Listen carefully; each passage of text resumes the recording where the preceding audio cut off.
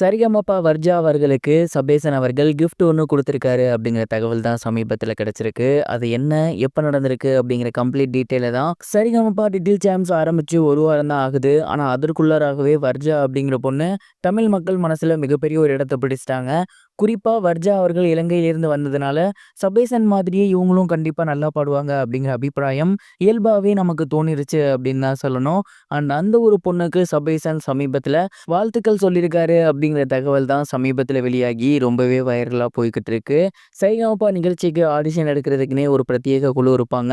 And Trichy அப்படின்னா அங்க ஒரு குழு வருவாங்க. சென்னை அப்படின்னா அங்க ஒரு குழு வருவாங்க. இப்படி தமிழ்நாட்டுக்குள்ள ஒரு குழு இருக்கும். அதே மாரி இலங்கைக்கும் பார்த்தீங்கன்னா ஒரு குழு இருப்பாங்க. அந்த ஒரு குழுவின் மூலமா தான் சபேசன் அவர்களுமே தமிழ்நாட்டில நடந்த இந்த ஒரு ஷோக்கு கலந்துக்கிட்டாரு. அதே குழுவின் மூலமாக தான் வர்ஜா அவர்களுமே இந்த ஒரு ஷோக்கு கலந்துக்கிட்டு இருக்காங்க. அண்ட் அதன் மூலியமாக தான் வர்ஜா அவர்கள இவருக்கு தெரிஞ்சிருக்கு. அண்ட் அதுக்கப்புறம் சபேசன் வர்ஜாக்கு கால் பண்ணி பேசியிருந்திருக்காரு.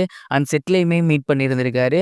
செட்ல மீட் பண்ணதுக்கப்புறம் அவர் என்ன சொல்லியிருக்காரு அப்படின்னா, நாடு விட்டு நாடு வந்து பாடுறது எவ்வளோ கஷ்டம் அப்படிங்கிறது நமக்கு தெரியும். நெறைய பதட்டம் இருக்கும், பயம் இருக்கும். பட் அது எதையுமே நீ மனசுல ஏத்திக்காத.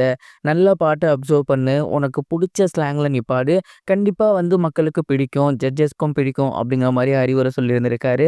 அண்ட் அது மட்டும் இல்லாம, நான் இந்த சீசன்ல ஜெயிக்கணும் அப்படிங்கிற மாரி நெனச்சு வந்திருந்தேன். பட் என்னால முடியல. பட் நீ வந்து அத கண்டிப்பா நிறைவேத்தணும். நீ இந்த சீசன்ல ஜெயிக்கணும். அதற்காக ஃபுல் எஃபோர்ட் போடு அப்படிங்கிற மாரி சொல்லியிருந்திருக்காரு.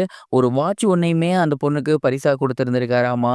சபேசன் எப்படி சரிகமப நிகழ்ச்சியில முதல் நாள்லே ரொம்ப சூப்பரா பாடி மக்கள் மனசுல போக போக இடம் பிடிச்சிருந்தாரோ, அதே மாரி வர்ஜா அப்படிங்கிற இந்த ஒரு பொண்ணுமே மக்கள் மனசுல இடம் பிடிக்க ஆரம்பிச்சிருக்காங்க. கண்டிப்பா இந்த ஒரு சீசன்ல வர்ஜா மிகப்பெரிய ஒரு ஸ்ட்ராங்கான பிளேயரா இருப்பாங்க அப்படிங்கிற மாதிரியான டாக்ஸ் இப்பவே போய்க்கிட்டு இருக்கு. அண்ட் கண்டிப்பா ஃபைனல்ஸும் போவாங்க அப்படிங்கிற மாரி சொல்றாங்க.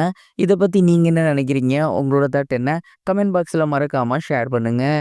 இது ஒரு புறம் இருக்க இயக்குனர் சங்கர் அவர்களுக்கு ரீசென்ட்டா பிறந்தநாள் நடந்து முடிஞ்சிருந்துச்சு. அண்ட் அந்த ஒரு பிறந்தநாளுக்கு அப்புறம் அவரு சின்னதா இன்டர்வியூ ஒண்ணு குடுத்திருந்தாரு. அதுல மனசுல பட்ட நெறைய விஷயங்கள ஷேர் பண்ணியிருந்தாரு.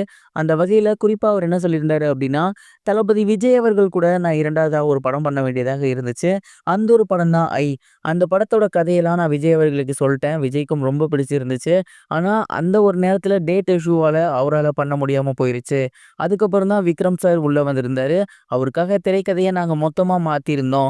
அண்ட் அதுக்கப்புறம் தான் அந்த ஒரு படம் வெளியாகி இருந்துச்சு. ஸோ முதல்ல ஐ கதைய விஜய் அவர்கள மனசுல வச்சு தான் எழுதினேன் அப்படிங்கிற மாரி ஷேர் பண்ணியிருந்தாரு. அண்ட் இந்த ஒரு விஷயம் இப்ப சோசியல் மீடியால ரொம்பவே ட்ரெண்டிங்கா போய்க்கிட்டு இருக்கு. நெறைய பேர் வந்து விஜய் அவர்கள் நடிச்சிருந்தா படம் இன்னும் கொஞ்சம் சூப்பரா இருந்திருக்கும் அப்படிங்கிற மாரி சொல்லி வந்துட்டு இருக்காங்க. அண்ட் இன்னும் ஒரு சிலர் விக்ரமே சூப்பரா பெர்ஃபார்ம் பண்ணியிருந்தாரு அப்படிங்கிற மாரியும் சொல்லி வந்துட்டு இருக்காங்க. விக்ரமோட ஐ படம் ரொம்பவே ஒரு நல்ல படம் தான் நான் நினைக்கிறேன். நீங்க என்ன நினைக்கிறீங்க? இதையும் சேர்த்து கமெண்ட் பாக்ஸ்ல ஷேர் பண்ணுங்க.